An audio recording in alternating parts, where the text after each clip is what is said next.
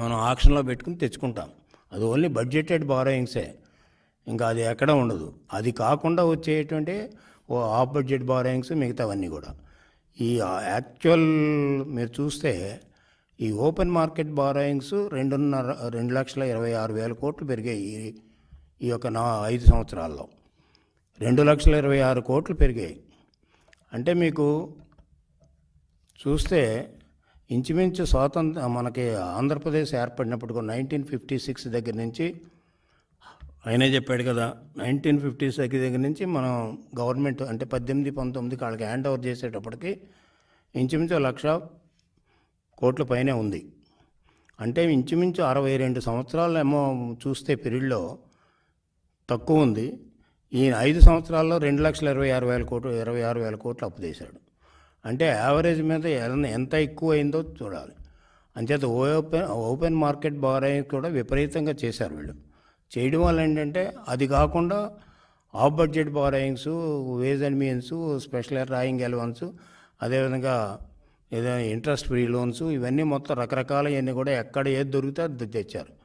ఇక్కడ పాయింట్ ఏంటంటే ఎంత తెచ్చారు, ఎంత ఖర్చు పెట్టారు, ఎంత ఎకనామిక్ గ్రోత్ వచ్చింది, ఎంత డెవలప్మెంట్ వచ్చిందంటే వీళ్ళ సమాధానం లేదు.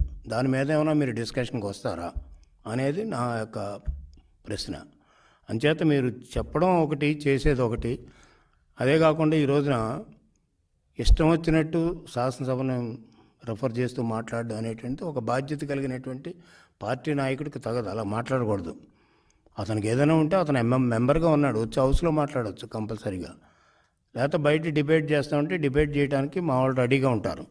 అంచేత ఇది లేకుండా ఇష్టం వచ్చినట్టు చేయడం అనేటువంటిది, అప్పుల గురించి తప్పులుగా మాట్లాడినటువంటి వ్యక్తి జగన్మోహన్ రెడ్డి గారు. ఎక్కువ అప్పులు చేసి ఎక్కువ వినాశనానికి దారిపడ్డాయి ఈ అప్పులు కూడా. ఇప్పుడు పే చేయాలంటే కష్టం. రీసెంట్గా ఇప్పుడు ఇప్పుడే మాట్లాడుతూ ఆయన బొగ్గన గారు డబ్బులు ఎట్లా వస్తాయని, వైసీపీకి డబ్బులు ఎట్లా తినడమో తెలుసు, తెలుగుదేశం పార్టీకి డబ్బులు ఎట్లాగో సంపాదించి అభివృద్ధికి సంక్షేమాన్ని ఖర్చు పెట్టడం తెలుసు. అంచేత ఎప్పుడైతే గుడ్విల్ పోయిందో, జగన్మోహన్ రెడ్డికి గుడ్విల్ పోయింది. ఆ గుడ్విల్ పోయింది కాబట్టి ఇక్కడ రాష్ట్రానికి ఎవరు కూడా ఇన్వెస్టర్స్ రాలేదు, ఉన్న ఇండస్ట్రీస్ పోయాయి. దానివల్ల అంటే ఎంప్లాయ్మెంట్ క్రియేషన్ పోయింది. ఎంప్లాయ్మెంట్ క్రియేషన్ ఎప్పుడైతే పోయిందో జనరల్గా పెర్ క్యాపిటల్ తగ్గిపోతుంది. ఏం చేద్దాం, ఆదాయాలు రావు. అందుకని యువత అంతా కూడా కష్టగట్టి మన జగన్మోహన్ రెడ్డికి వ్యతిరేకం చేశారు. తెలుగుదేశానికి అదేవిధంగా కూటమికి అందరూ కూడా చేశారు. కారణం ఏంటి, అందరూ కూడా యువత నిర్వీర్యం చేసినటువంటి ఘనత కూడా జగన్మోహన్ రెడ్డిది. ఆ నిర్వీర్యం చేయడం వల్ల వాళ్ళకి ఆదాయాలు లేవు, ఉద్యోగాలు లేవు, ఇన్కమ్ లేదు. అందుకని మా మేనిఫెస్టోలో పెట్టాం. వీళ్ళు అడుగుతున్నారు మేనిఫెస్టో చేయడానికి మీకు ఉన్నాయా, లేకపోతే సూపర్ 6 చేయడానికి మీకు ఉన్నాయంటే ఎస్. ఎట్లా సంపాదించాలో జగన్మోహన్ రెడ్డి మాకు తెలుసు. ఎట్లాగా వస్తాయంటే ఎకనామిక్ గ్రోత్ పెరగలిగితే, ఈనాడు ఎకోయిస్టిక్ ప్యాటర్న్ కానీ ఎకోయిస్టిక్ డెవలప్మెంట్ కానీ చేయగలిగితే ఆదాయాలు పెరుగుతాయి. ఇంకొకటి అమరావతి గురించి చెప్పారు చంద్రబాబు నాయుడు గారు.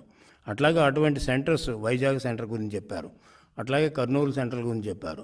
లాస్ట్ టైం మేము గవర్నమెంట్లో ఉన్నప్పుడే ప్రతి జిల్లాకి ఏవైతే స్కీములు వెళ్తాయో, ఏవైతే ప్రాజెక్టులు వెళ్తాయో, ఏవైతే ఇండస్ట్రీస్ వస్తాయో ఆ రోజున అసెంబ్లీలోనే చెప్పారు. అసెంబ్లీలో పేపర్ పెట్టాం ప్రతి దానికి కూడా. అంచేత ఆ విధంగా అన్ని ఏరియాలు సమానంగా మనం అభివృద్ధి చేయగలిగితే, అభివృద్ధి చేయాలంటే డబ్బు ఒకటే కాదు, డబ్బు చేసేది రోడ్లకి వీటికి ఇవన్నీ కూడా కాలువలకి అట్లా చేస్తారు. వాటి ఇన్వెస్ట్మెంట్ రావడానికి అనేక రకాలుగా ఉంటాయి. ఇన్వెస్ట్మెంట్ వస్తే ఇండస్ట్రియల్ ఇన్వెస్ట్మెంట్ ఎక్కువ రావడం వల్ల ఎంప్లాయ్మెంట్ క్రియేషన్ వస్తుంది. అంచేత ఎంప్లాయ్మెంట్ క్రియేషన్ కూడా చేస్తున్నాం. ఆల్రెడీ మెగా డిఎస్సి ఇచ్చారు వీటికి. అంచేత తెలుగుదేశం ప్రభుత్వం ఎప్పుడు కూడా ఒక చిత్తశుద్ధితో పనిచేస్తుంది. ఈ రాష్ట్రాన్ని అన్ని రంగాల్లో అభివృద్ధి చేయాలనేటువంటి ఉద్దేశంతో పనిచేస్తుంది. కాబట్టి ఆ విధంగా పనిచేసే దశలోనే వెళ్తాం. కాబట్టి మేము ఈ రెవెన్యూస్ కూడా పెంచుకోవడానికి అవకాశాలు ఉన్నాయి. రెవెన్యూస్ పెరుగుతాయి డెఫినెట్గా. ఏం చేతంటే దానికి వేరియస్ మెథడ్స్ ఉన్నాయి. కానీ వీళ్ళు ఈ ప్రభుత్వం, వైసీపీ ప్రభుత్వం మాత్రం దాని మీద కాన్సన్ట్రేట్ చేయలేదు. వీళ్ళు కాన్సన్ట్రేట్ చేసిన కాడ అంతా కూడా న్యాచురల్ రిసోర్సెస్ని ఎలా కబ్జా చేయాలనేటువంటి భూమి కానీ, ఇసుక కానీ, అదేవిధంగా ఎక్సైజ్ కానీ, ఇవన్నీ కూడా దానివల్ల రాష్ట్రం నష్టపోయింది నెంబర్